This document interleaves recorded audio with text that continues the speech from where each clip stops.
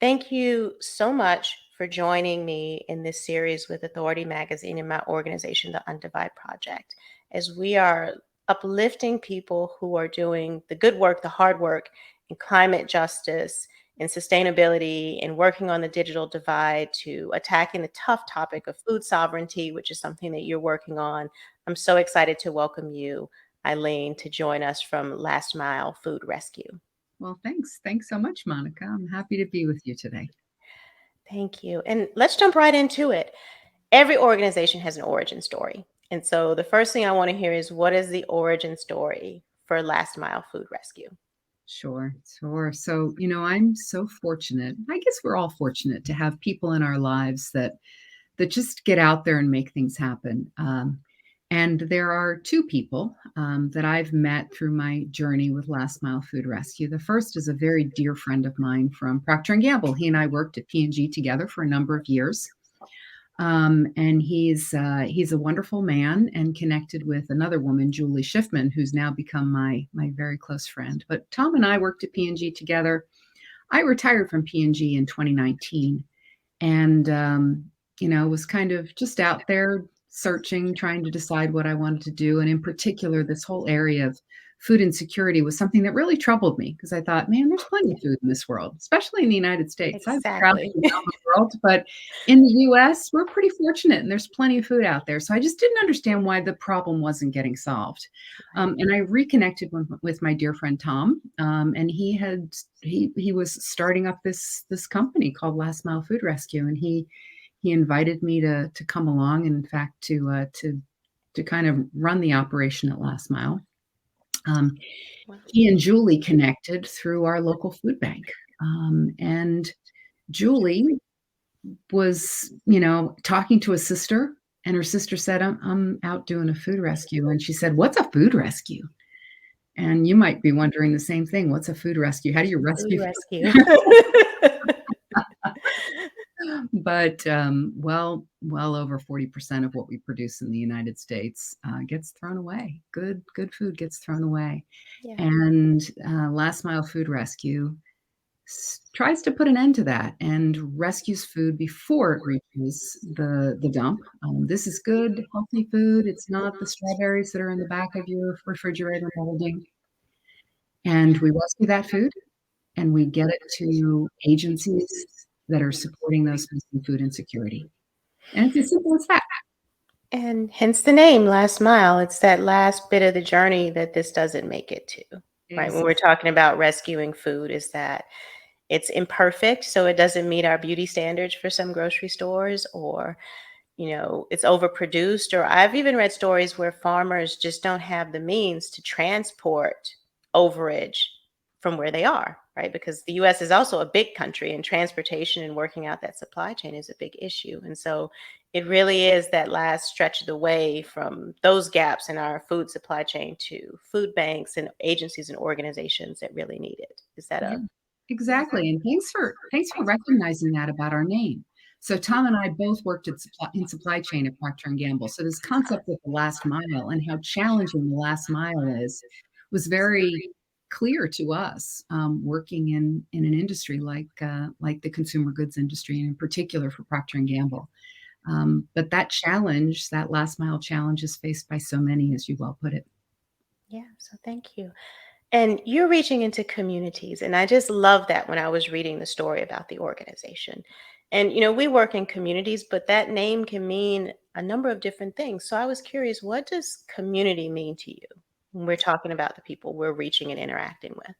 Absolutely. I think many of us belong to communities, but we also live in a bubble.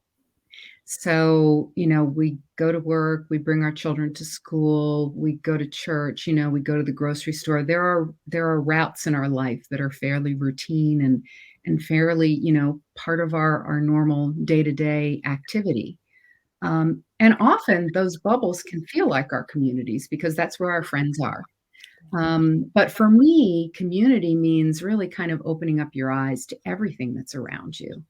when I left Procter and Gamble and started to do some more volunteer work, some more outreach, and in particular, the first couple of food rescues that I went on, I visited parts of Cincinnati that I'd never been to, despite having lived here for so many years. And so, community is really not just those people that you're interacting with on a regular basis, the people you work with, people that your children hang out with, but everybody that makes up this diverse society, this place where we live, wherever that living might take place, and just being able to recognize that, despite the fact that people might not go to your church, they might not shop in your grocery store, they're still part of your community and offer something wonderful to your experience every day. Yeah, thank you so much for that. This semester, we have been doing field work with some of the students that I teach at university, and we realized that our university is a bubble. One of the students used that exact term. He's like, we live in a bubble, and it's a very particular bubble. And we are part of this city and we are connected to other communities. And so, how do we find ways to rethink our positionality? And I just love that you framed it that way because we are wrestling with that. And I hope many other people are wrestling with that as we try to work through some of these big topics that people like you are taking on. Yeah, I had an experience with we call our volunteers at Last Mile Food Rescue our food rescue heroes. So I had a food rescue hero contact me. It was someone that I again worked with at P&G, and she said, "Eileen, I had no idea this was in our community." And there's a lovely little community with many trailers, and it's a Hispanic community, and there are quite a few moms that need some food, and we have a mobile market that goes into that community. And this volunteer brought food there, and she said, "I've been living here in Cincinnati and I had no idea it was just right around the corner." And so we close our eyes to things that might be a little unfamiliar to us or might make us feel a little bit uncomfortable, but it's really opening our eyes and seeing that, like I said, there's just many parts of society that make the place that we live, and opening our eyes and seeing those in need, those that need some help or support is a good thing every once in a while. Yeah, it is. And, I appreciate that wisdom, which leads me into my next question that comes from this is that people want to and hopefully are looking at how and where we live differently and want to get into these spaces and start trying to help. What advice would you give to someone who wants to come into the space of working on food issues, climate issues, social issues, any of these, we call them big, hairy, but hard topics? What would you tell someone who wants to make a transition? Well, I'd say in particular when it comes to food, we don't recognize many of us maybe do recycling, and recycling might be something that just comes natural to you. There's a crate that you put at the curb. It wasn't always that way. We didn't always recycle. And I think the same thing for food. We don't recognize or appreciate this big number of 40% of all the food that we produce is wasted. But if you just look in your own fridge and don't be embarrassed about it. I did it this past weekend because I'm kind of fortunate. I have a dog and a backyard, and I can put my compost out in the backyard.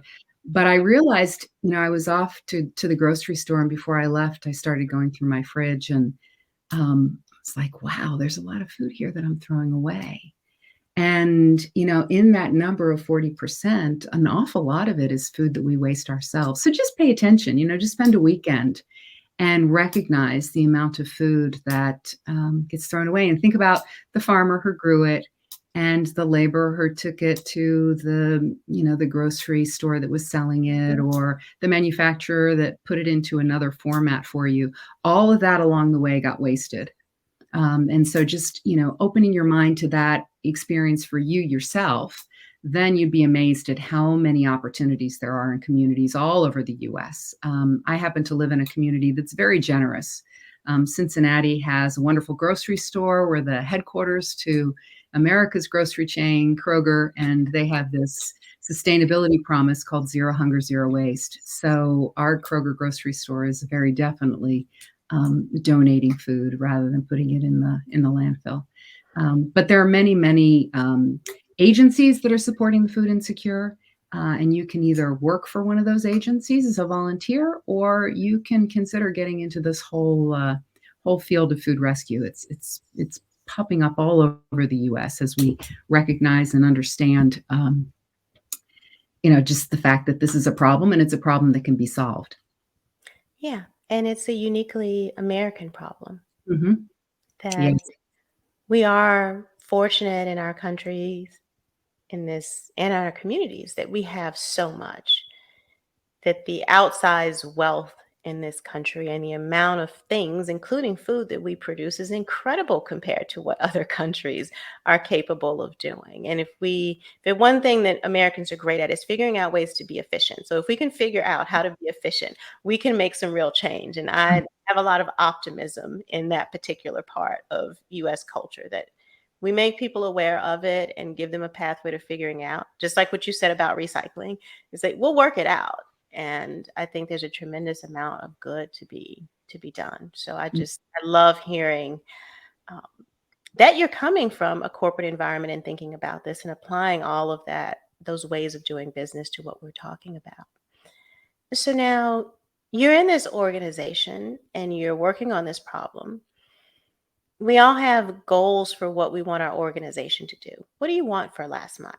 What does Last Mile look like in the next 5 years? In the next 5 years, I'm very hopeful that we will have eliminated food insecurity in Cincinnati. We know that there's this thing called a meal gap. So you can translate pounds into meals.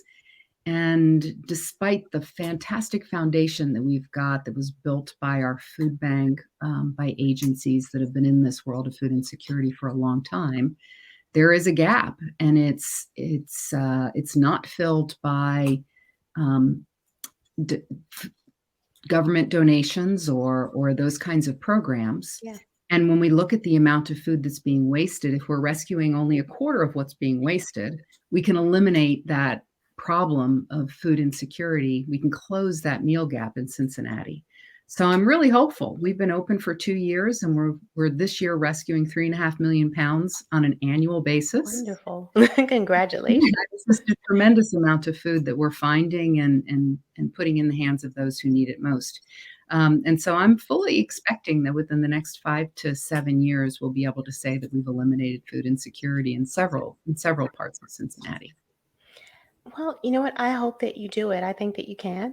Mhm. And I'm hoping that the government at all levels, local, city, state, even the Fed, is looking at this and taking examples from it, right? Mhm. So that Mhm.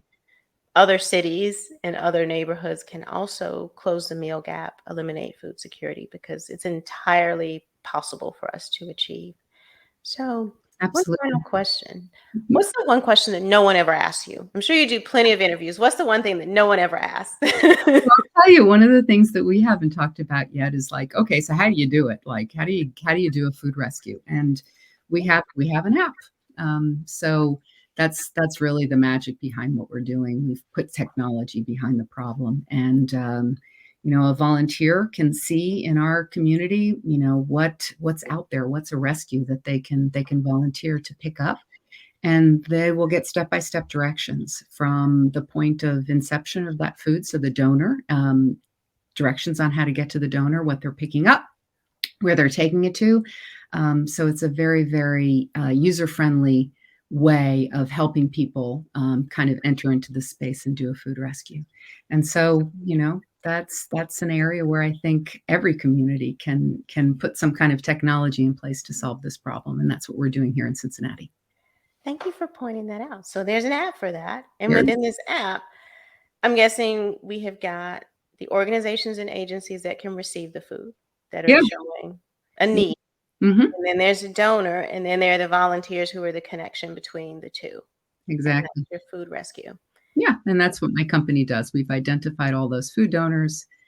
We've put all those mapping and matching instructions in the app, and so it makes it very, very easy for the volunteer to simply, kind of get in there, and no matter whether you're busy or, excuse me, whether you're free on a Monday morning or a Friday afternoon or somewhere in between, you can download the app and find a rescue that suits your schedule and get out there and make a difference in your community.